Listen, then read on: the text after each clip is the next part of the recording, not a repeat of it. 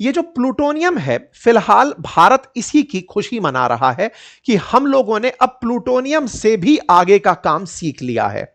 अब तक रिएक्टर्स में यहां तक का काम होता था, जो भी फास्ट ब्रीडर रिएक्टर्स हुआ करते थे, उन फास्ट ब्रीडर रिएक्टर्स में हम प्लूटोनियम को उत्पन्न करते थे। लेकिन अब हमने जो सीख लिया है वो प्लूटोनियम से आगे का काम है, जिसमें प्लूटोनियम का उपयोग करके हम फास्ट ब्रीडर रिएक्टर में यूज करते हुए आगे बढ़ेंगे और वहां से आगे चलते हुए हम यूरेनियम 233 का उत्पादन कर सकेंगे। अब यूरेनियम 233 तक पहुंचना है, क्योंकि फ्यूल क्या था? यूरेनियम 238। इसी से ही इस पूरी प्रक्रिया के दौरान ईंधन से ऊर्जा बन रही थी।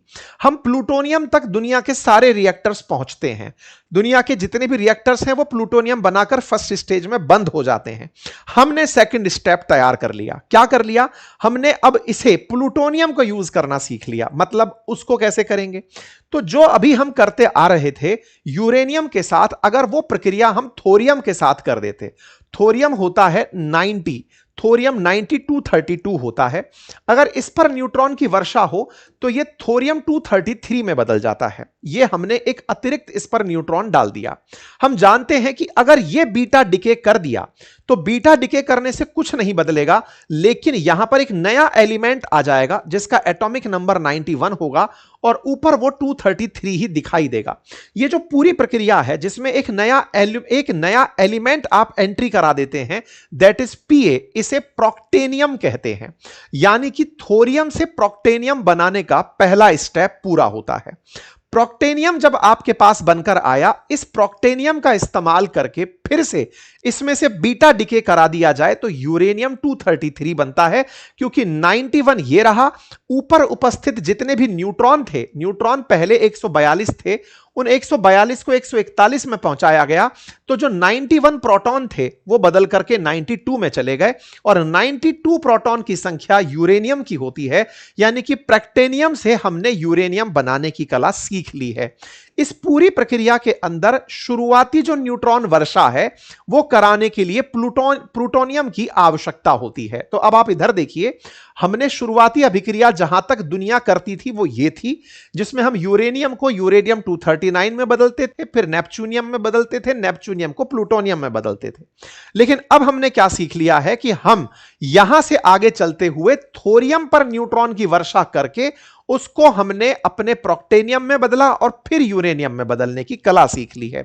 यह प्रक्रिया भारत के लिए थर्ड स्टेज गोल जैसी है, जिसे भारत करने निकल पड़ा है। तो कुल मिलाकर के भारत ने जो काम कर दिखाया वो यूरेनियम का उत्पादन करना सिखा दिया। यानी यूरेनियम पहले जो था, हम बाद में भी यूरेनियम, आप में से कुछ लोग कहेंगे कि साहब ये यूरेनियम 233 है, ये 238 है। तो देखिए, यूरेनियम के कई आइसोटॉप्स होते हैं। यूरेनियम 233 एक आइसोटॉप है, यूरेनियम 235 एक आइसोटॉप है, यूरेनियम 238 एक आइसोटॉप है। ये जो यूरेनियम के आइसोटॉप्स हैं समस्थानिक, इनका मतलब है इन सब के पास प्रोटॉन की संख्या एक समान है, बदली है तो न्यूट्रॉन की संख्या। इनमें सबसे ज्यादा जो रेडियो एक्टिव है वो ये वाला होता है जो न्यूक्लियर बॉम्ब के अंदर यूज होता है।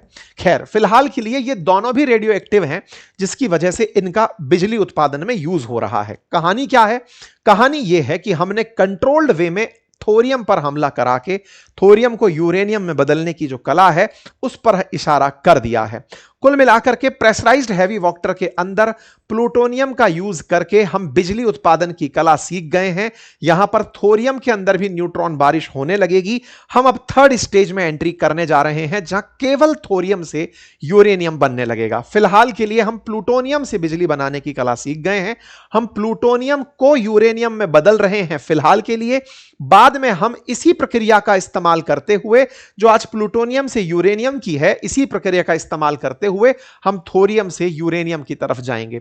मतलब समझिए, पहले हमने प्रक्रियाओं में यूरेनियम को प्लूटोनियम में बदला था, बाद की प्रक्रियाओं में प्लूटोनियम को हमने यूरेनियम में बदलना सीखा। अब हम उसी तरीके को यूज करते हुए थोरियम को यूरेनियम में बदलने में इस्तेमाल करेंगे। यह दर्शाता है कि इन पूरी प्रक्रियाओं में हमने कंट्रोल्ड अभिक्रिया सीख ली है। जो अभिक्रिया इतनी आसान दिख रही थी कि न्यूट्रॉन डाला ये हो जाएगा, एक निकाला ये हो जाएगा, ये कंट्रोल्ड तरीके से हो तो ही काम की है, अदरवाइज न्यूक्लियर बॉम्ब बन जाती है। इसी प्रक्रिया को क्रिटिकलिटी कहते हैं कि हमने उस क्रिटिकलिटी को अचीव कर लिया है, जो करना दुनिया के बड़े सारे देशों के लिए बहुत मुश्किल काम था। इतना मुश्किल था कि दुनिया अब तक $50 बिलियन इस पर खर्च कर चुकी है। अमेरिका $15 बिलियन इस पर खर्च कर चुका है, Japan 12 billion, Britain 8 billion, Germany 6 billion dollar खर्च कर चुका है, और हमने 1 बिलियन से भी कम दाम पर इसे तैयार कर लिया है। हालांकि इस काम को करने में हमें बहुत साल लगे। हमने 2004 से इस काम को करना शुरू किया था, 22 साल बाद हमें सफलता हासिल हुई है, लेकिन भारत ने हार नहीं मानी।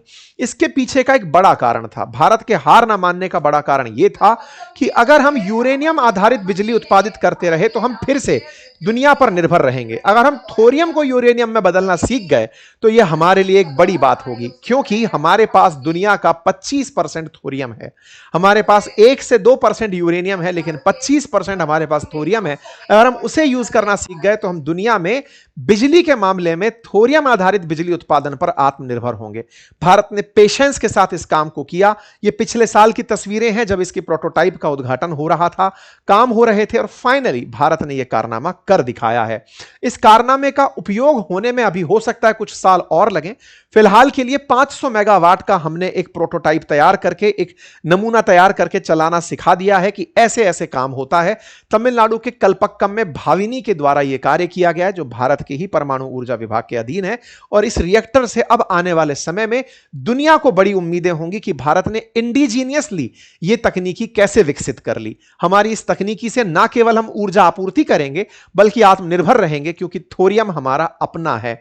हम इस बात को करके दुनिया के बहुत से देशों को भारतीय तकनीकी का लोहा मनवा चुके हैं। आप जानते हैं कि आज अमेरिका ने ईरान पर जब हमले किए तो कारण बताया कि आप यूरेनियम एनरिच कर रहे हैं बम बनाने के लिए। सोचिए, हमने 22 साल में वो काम किया जिसमें हम प्लूटोनियम को यूरेनियम में बदलना, थोरियम को यूरेनियम में बदलने की कला विकसित कर रहे थे। यह तकनीक कितनी हावी होगी सोचकर देखिए कि आज ईरान, जिसको कहा जा रहा है कि स्टोन एज में पहुंचा दिया जाएगा, वो यूरेनियम एनरिचमेंट के प्रयास कर रहा था। वो काम हम बहुत पहले कर चुके हैं। अब हम वो काम कर दिए हैं जो अमेरिका और ब्रिटेन भी नहीं कर पाए हैं। उसके कारण हो सकते हैं कि साहब उनके पास यूरेनियम का एक्सेस है, हमारे पास जो है हमने उससे उत्पादन सीख लिया है। चाइना और रशिया इस काम को पहले से करके रखे हुए हैं। यही कारण है कि भारत ने इस पूरी खबर को दुनिया को बताया कि हमने कमर्शियली फास्ट ब्रीडर का मतलब जो खुद से अपना भोजन पैदा कर ले, हमने पूरी तरह से 3 स्टेज न्यूक्लियर रिएक्टर के अंदर 2nd स्टेज पार कर दिया है। और ऐसा करके हम आने वाले समय में थोरियम का इस्तेमाल कर पाएंगे। भारत ने इस बात को सब जगह बताया, और इस बात को जो IAEA है, इंटरनेशनल एनर्जी एजेंसी, जो एटॉमिक एनर्जी पर पूरी तरह से नजर रखती है, उसने भारत को इस बात के लिए कांग्रेचुलेट किया, और साथ ही साथ इस बात को बड़ा इंप्रेसिव प्रोग्रेस कंसीडर किया IAEA के चेयरमैन के द्वारा कि हां, यह बहुत बड़ा कारनामा है। उम्मीद है कि आप लोगों को यह जानकारी समझ में आई हो। अगर आप इसे डिटेल में पढ़ना चाहते हैं तो हमारी वेबसाइट अपनी पाठशाला पर यह कंटेंट पहले से ही 7 अप्रैल को हमने अपलोड कर दिया था, अंग्रेजी में और हिंदी भाषा में, दोनों भाषाओं में आप उसे हमारी वेबसाइट से भी पढ़ सकते हैं। फिलहाल के लिए इतना ही। जानकारी पसंद आई हो तो साथियों से साझा करें। चैनल पर नए हैं तो सब्सक्राइब कर